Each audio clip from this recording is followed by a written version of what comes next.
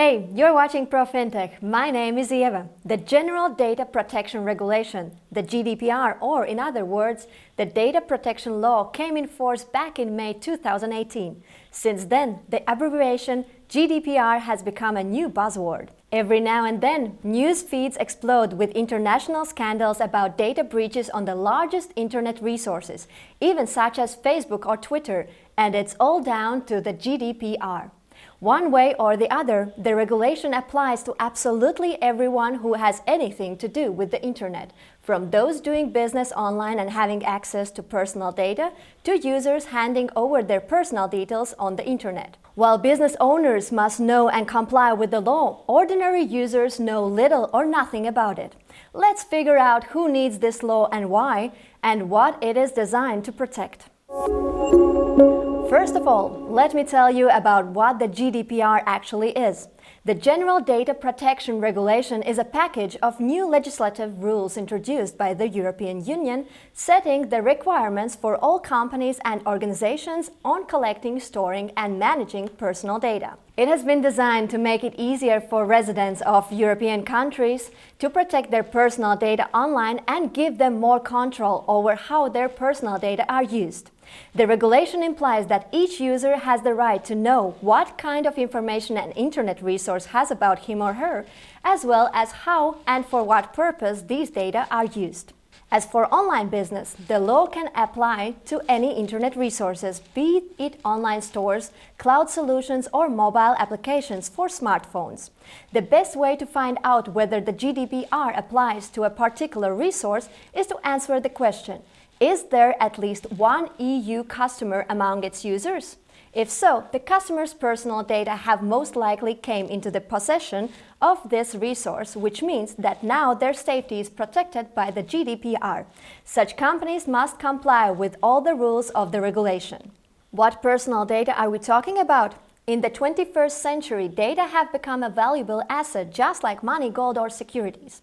Modern lifestyle followers have mobile phones, bank, email, and social media accounts, as well as buy online on a regular basis. Using all these services, the so-called digital identity is created. Digital fingerprint, in turn, is any information that remains on the network after your interaction with a resource. This could be a search history, an email received for a purchase, or a question message sent to a chatbot. Fingerprints can even be tracked through cookies or metadata. These are the microdoses of data that sites collect about their visitors. For example, where the users came from, how much time they spent on the open page, where they clicked, and where they went next. Why should we even care that such data is collected? What's the big deal? The matter is that such data constantly spill information about our habits and preferences to the network. So day by day, bit by bit, a huge database is collected. And now, through the application of artificial intelligence in data processing, our digital twins are living somewhere on the internet. They know a lot about each of us: our name, email address, nickname, daily routine, favorite online store, and favorite goods, as well as height, weight, blood type, and medical test results over the past couple of years. One may say it is science fiction. Well, not anymore. Why bother? Say people who underestimate the importance of their virtual self. They seem to be unaware of the fact that the digital identity has nowadays become a very valuable commodity. Data stored electronically are often stolen, replaced, bought, or sold. However, since 2018, illegal data operations are a serious offense, and it is the GDPR that is designed to protect user data throughout the European Union. By the way, the penalties for non-compliance with the regulations are really severe.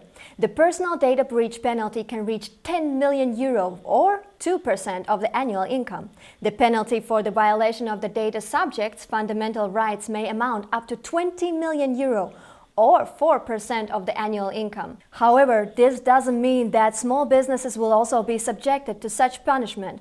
After all, penalties as such are a measure of last resort, always preceded by warnings and requests to remedy non-compliance. What data are protected by the law? General personal data protected by the regulation are the data subjects: name, address, telephone number, date and place of birth, passport data, place of work or study. Personal data on the internet also include email address, social network accounts, and posts in them, metadata, also known as cookies. Sometimes the personal data found on the internet contain document number or document scans, health information, for example, test results or discharge summaries. There is a lot of personal data on the web. They are owned and controlled by many organizations, from telephone operators and electricity providers to educational institutions and hospitals. Among personal data, special categories of personal data can be singled out. Such special category data include health data, data on the person's racial or ethnic origin, religious or philosophical beliefs, criminal convictions, and offenses. These data categories are subject to special regulation and their processing is restricted more severely. So, after the entry into force of the data protection regulation, institutions must handle data with due care, while individuals or data subjects have the right to manage their data and control their use.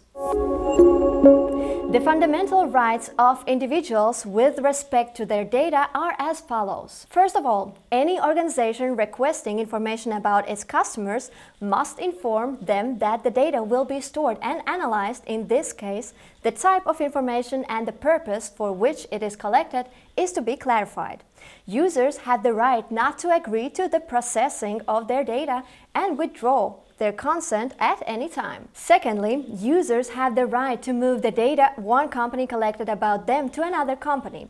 At the user's request, he or she is to be provided a copy of all personal data being processed in an accessible format for transferring them to another company. Thirdly, users can at any time exercise the right to be forgotten and require the company to delete all data about them. It is important to understand that all of these rights apply exclusively to individuals, and some of them are very successful in using these rights as a tool for gaining benefits. They sue those who process personal data in bad faith. Another important aspect to keep in mind is that the above rights are not absolute. There are times when an individual has no right to restrict or object to processing or the right to erasure. For example, if an individual has violated traffic rules and was recorded by a dashboard camera, he or she has no right to require that the recording is deleted because other road users have the right to protect their interests with the help of this recording. Another example is when a bank has recorded an attempt to launder money and transfers the customer's personal data to law enforcement agencies. In this case, the bank not only doesn't inform the customer about the transfer of his or her data to someone, but it is prohibited from doing so in order not to frighten off a potential criminal. As for legal entities, their data are not subject to the GDPR. Most often, legal entities act as a controller, that is, the party that collects and processes data. Controllers are companies or, in some cases, individuals who collect, store, and process other persons' data. For example, they collect email addresses of their customers for mailing or ask customers to leave their name and phone number for online orders. Most often, the controller is engaged in the processing and storage of personal data, but it may also determine the purpose of the processing and transfer the processing to a third party. In this case, the controller still bears primary responsibility for data security. That's why choosing a reliable partner is so important.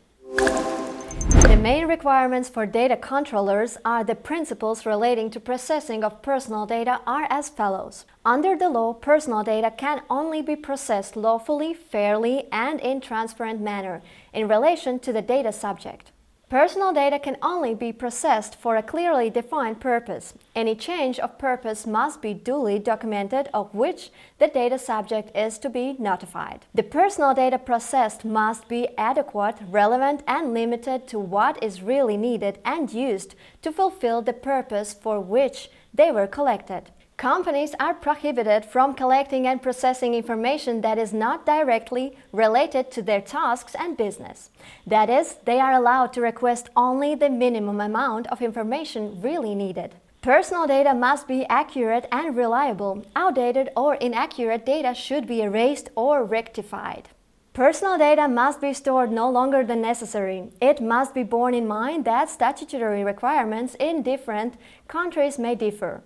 For example, in some countries, accounting documents must be stored for as long as 10 years, including salary payments or statements, which are pure and simple personal data too.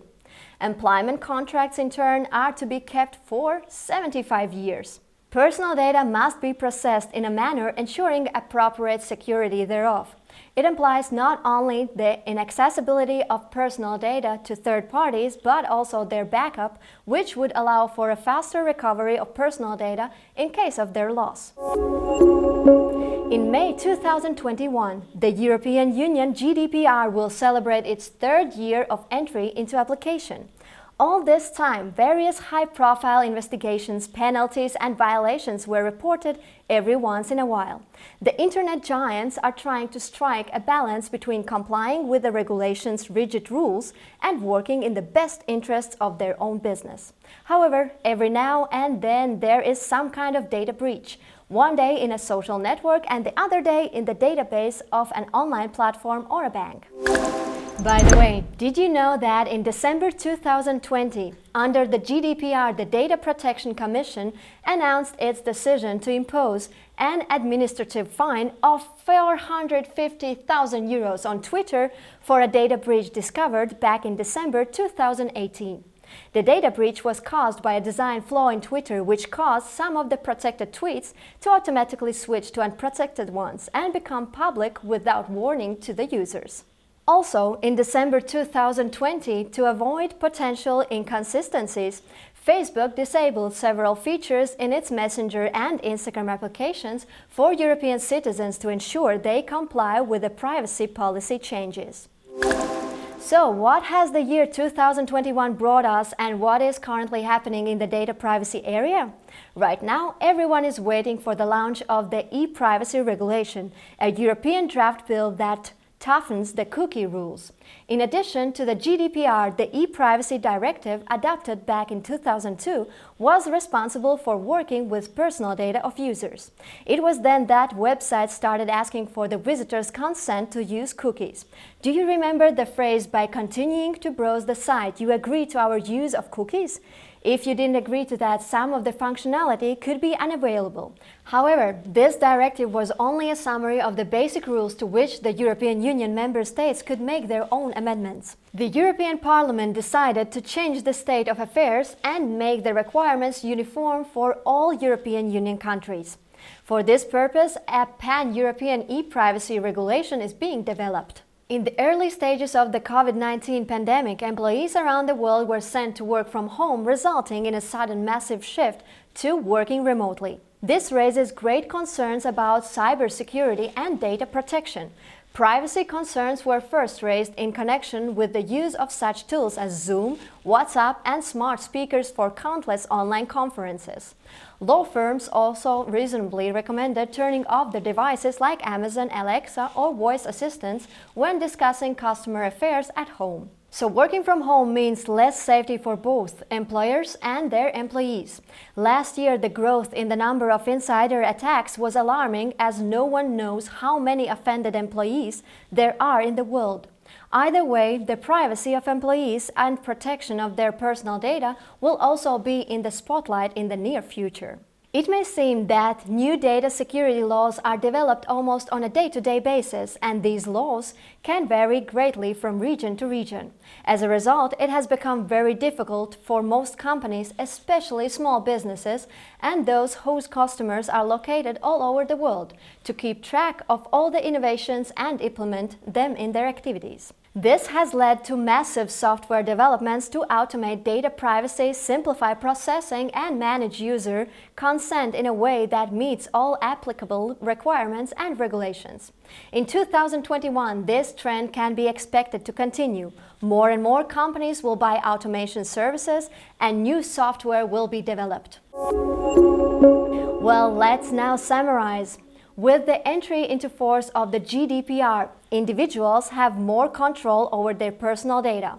Also, the GDPR has defined their rights related to the processing of personal data. The most important issue was and remains the legality of the grounds for personal data processing, and they are clearly identified as follows. The data subject's consent to the processing of personal data. For example, a light gray small font text at the bottom of the page and a check mark already placed in the agree field is a gross violation. Consent must be given explicitly and the data subject must have a choice. Processing is necessary for the performance of a contract to which the data subject is party. For example, the employer must transfer the salary to the employee under the employment contract for which such personal data as the employee's first name, surname, current account number, and the salary are required. This is the case when the data subject will give consent to data processing without a second thought. Processing is necessary to comply with the requirements of the law to which a data controller is subordinate. For example, processing a personal data of the beneficial owner or director of the company with which a financial services provider wants to enter into a contract. In this case, the anti-money laundering and counter-terrorism financing requirements, both at the international and national levels, are still in force. Processing is necessary to protect the legitimate interests of the data subject or a third party. For example, the bank closely monitors the customer's card transactions. If it notices something unusual, it blocks the payment and the card. If it notices something unusual, it blocks the payment and the card. It then sends a notification to the customer about the alleged theft of card data. Processing is necessary for the performance of a task in the public interest or official functions. For example, the police, tax inspectorate, various counterintelligence services, and law enforcement agencies. All of them protect the interests of society, and for this purpose they have the right to process the data subject's personal data, that is, first name, surname, mobile phone, triangulations, etc. Processing is necessary to satisfy the data controller's legitimate interests unless it is recognized that the data subject's higher priority right to process his or her personal data are violated. This is the most difficult and most widely interpreted clause. In fact, any processing can be justified by this provision, but it will be necessary to prove that the data controller's interests, in this case, outweighed the data subject's rights and interests, and the processing of data did not cause any damage to him or her. This is generally the cornerstone of personal data processing, which also includes all sorts of mailings and calls for marketing purposes. When it comes to marketing interests, it is important to remember that the data subject has the right to prohibit the processing of his or her data for these purposes. Once he or she has prohibited that, all mailing and calls must be stopped. So the GDPR governs the storage and use of customer data, ensuring maximum transparency in relation to personal information. The regulation requires that the personal data no longer necessary in relation to the purposes for which they were collected are to be securely erased, and any data breach is to be reported immediately. What's not to like about that? At the same time, there are still many questions. For example, some of the principles of the regulation run counter to other modern technologies. A prime example is the GDPR and blockchain. One of the fundamental rights under the GDPR is the right to be forgotten, that is, the right to remove information from the network. But it cannot but question the work of the blockchain system designed to make all the information stored in it transparent and available forever. But that's another story for another time. We'll discuss it in our new episodes. That's it for now. See you in the next Pros.